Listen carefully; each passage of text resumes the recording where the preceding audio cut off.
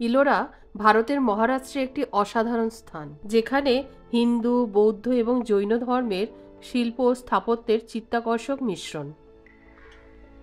26শে December আমরা মুম্বাই থেকে ঔরঙ্গাবাদে পৌঁছই। সেই দিনই আমরা অজন্তা কেভটা ঘুরে নিই এবং পরের দিনটা রাখি ইলোরার জন্য। পরের দিন সকালে 9টায় ব্রেকফাস্ট করে আমরা বেরিয়ে পড়ি ইলোরার জন্য। ইলোরায় রয়েছে টোটাল 34টি কেভ, যার মধ্যে 12টি বৌদ্ধ গুহা, যেগুলো সবচেয়ে প্রাচীনতম।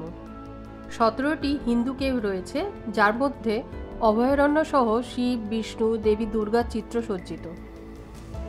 জৈন ধর্মের তীর্থঙ্করের চিত্র অঙ্কিত আছে 5টি গুহায়। কেভ নাম্বার 10, যা বিশ্বকর্মা গুহা নামে পরিচিত। এখন আমরা ঢুকে পড়েছি কেভ নাম্বার 16, যা ভগবান শিবকে উৎসর্গকৃত। এতে কৈলাস মন্দিরের একটি মনোমুগ্ধকর ক্ষুদ্রাকৃতির সংস্করণ রয়েছে। এটি একটি monolithic structure.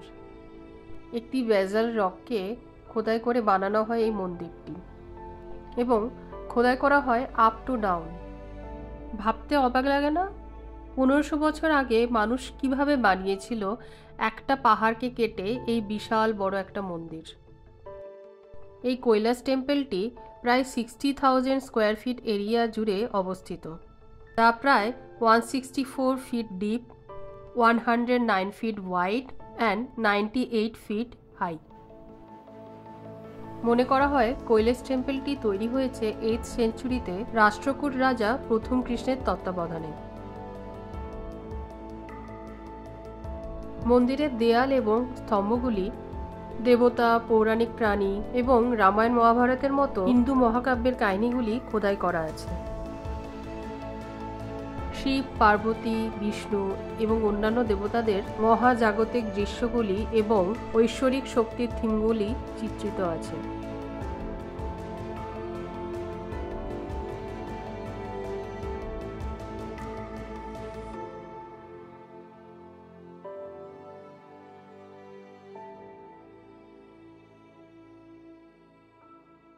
Base of the temple, যা হাতি সিংহের খোদাই দ্বারা বেষ্টিত আছে, that symbolise strength and stability.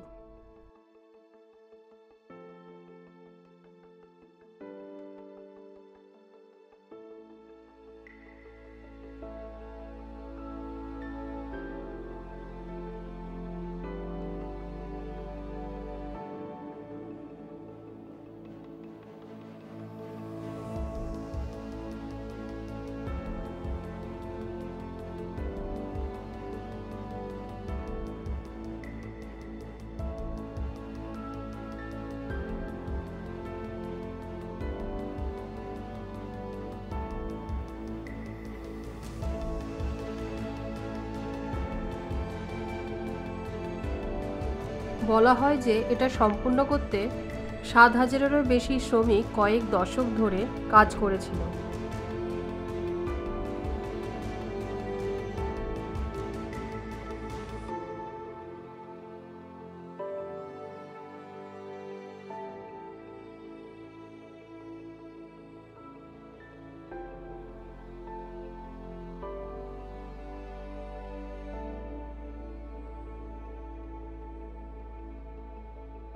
একটি মুক্ত মণ্ডপে নন্দীর একটি বড় ভাস্কর্য রয়েছে, যা সেতুর মতো কাঠামো দ্বারা মূল মন্দিরের সাথে সংযুক্ত। ওই যে ভিড় দেখতে পাচ্ছেন, ওটাই হচ্ছে শিবের মূল মন্দির, যেখানে বিশাল বড় একটি শিবলিঙ্গ রয়েছে। Temple that showcasing a unique artistic style, যা দ্রাবিড় আর্কিটেকচার এবং স্থানীয় রক কাট কৌশলের একটি সংমিশ্রণ। কৈলাস টেম্পলটি শুধুমাত্র একটি ধর্মীয় স্থান নয়, এটি একটি প্রাচীন ভারতের স্থাপত্য ও সাংস্কৃতিক ঐতিহ্যের একটি প্রমাণ। It is an inspiration for architects and historian world wide, যা ক্রিয়েটারের দক্ষতাকে রিফ্লেক্ট করে। এই শত সহস্র শ্রমিকের এই মাস্টারপিস আর্কিটেকচার দেখে মাথা নত যেন করতে ইচ্ছে করে। Hats off to their legacy. এখন 16 নম্বর কেভ থেকে বেরিয়ে এগিয়ে চলেছি পরের কেভগুলোতে।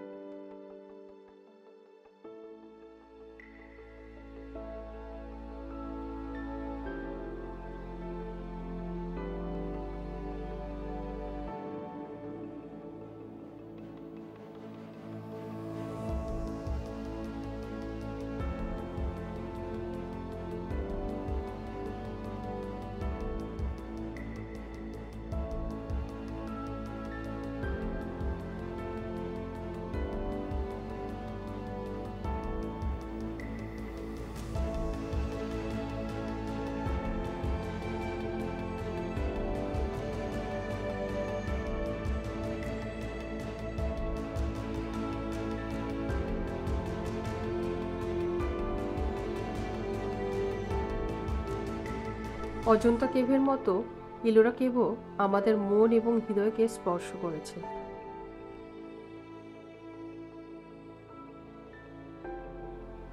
এই স্থাপত্য ভাস্কর্য দেখে প্রত্যেক দর্শকেরই মন বিস্মিত হবেই। Ellora attracts visitors worldwide for its historical, artistic, and spiritual significance, and standing as a timeless symbol of India's rich cultural heritage.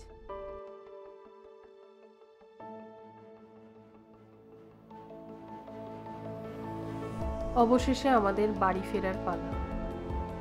হিস্ট্রিকে পেছনে ফেলে এখন আমরা এগিয়ে চলেছি বাস্তবে।